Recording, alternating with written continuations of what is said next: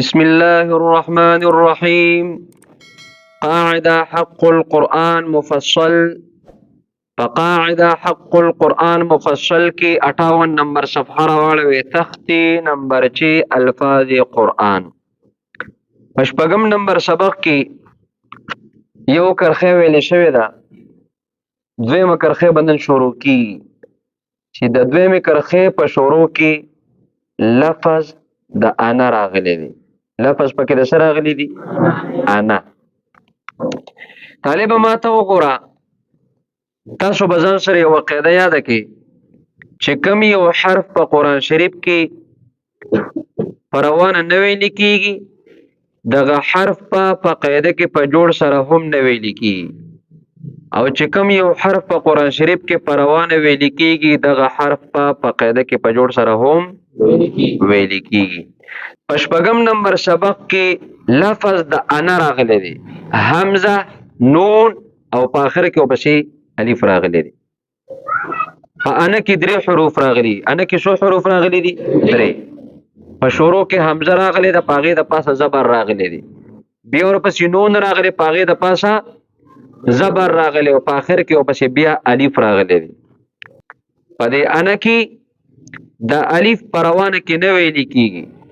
نو څرنګه چې په دې انا کې د الف په روانه نه ویل کېږي، دغسې په قاعده کې په جوړ سره هم نه ویل کېږي. البته که په دې انا باندې وقف وکړي، دې باندې ودرېږي، نو بیا به وقفن الف ویل کېږي. بیا به وقفن الف ویل کېږي. وصلن او په جوړ دواړو کې الف نه ویل کېږي.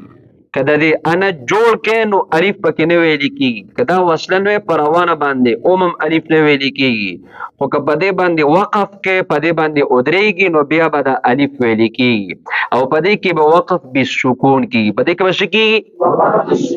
وقف بالسکون.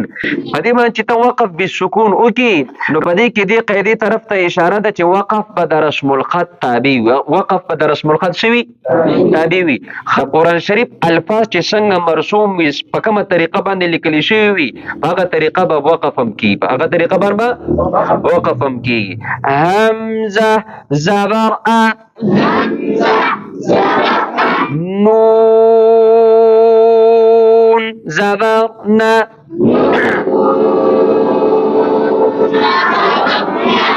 انا وقف بالسكون،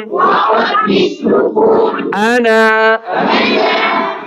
قرآن مجید کې الله تعالی فرمای ولا انا عابد ما عبدتم، ولا انا عابد ما عبدتم. دې انا سره د الف لیکل کېږي، ویل کېږي نه. دې انا سره د الف لیکل کېږي، خو ویل کېږي نه. او دې ته ضمیر د واحد متکلم ویل کېږي. دې ته ضمیر د واحد متکلم ویل کېږي. همزه زبر ا، نون زبر نه، انا وقف بالسكون، انا با زبر با،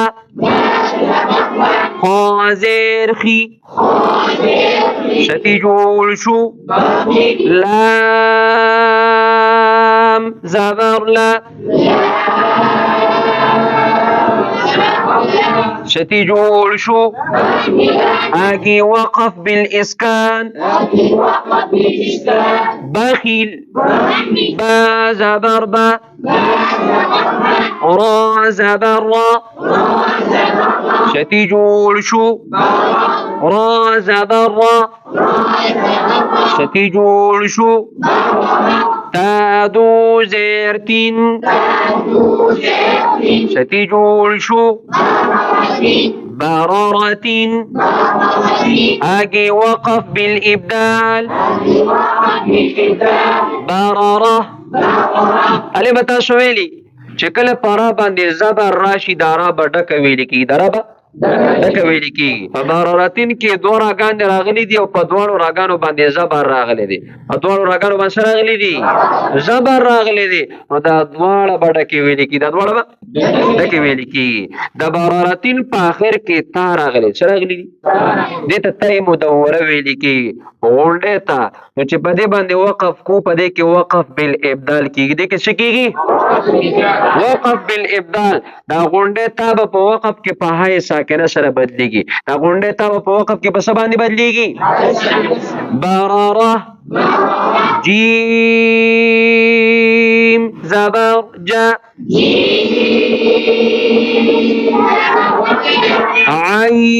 عين زبر ع ستي جوړ شو او سره وې ستي جوړ شو. لام زبر لا ستي جوړ شو. جعل اگي وقف بالاسكان. جعل اسوینی چې په حرف متحرک باندې وقف وشي نو پدې کې وقف بالاسکان کیږي. پدې کې وقف بالاسکان کیږي. نو د جعل په اخر کې لام متحرک ته زبر پر راغلي دي. د جعل په اخر کې په لام باندې زبر راغلي. لام متحرک ته پدې باندې وقف کې وقف بالاسکان کیږي. جیم زبر جا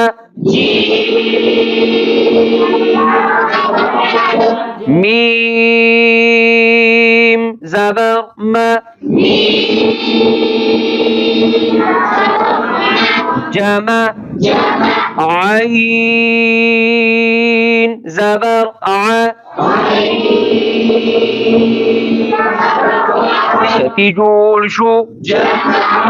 جمع اجي وقف بالاسكان. جمع. سبحان ربك رب العزة عما يصفون وسلام على المرسلين والحمد لله رب العالمين.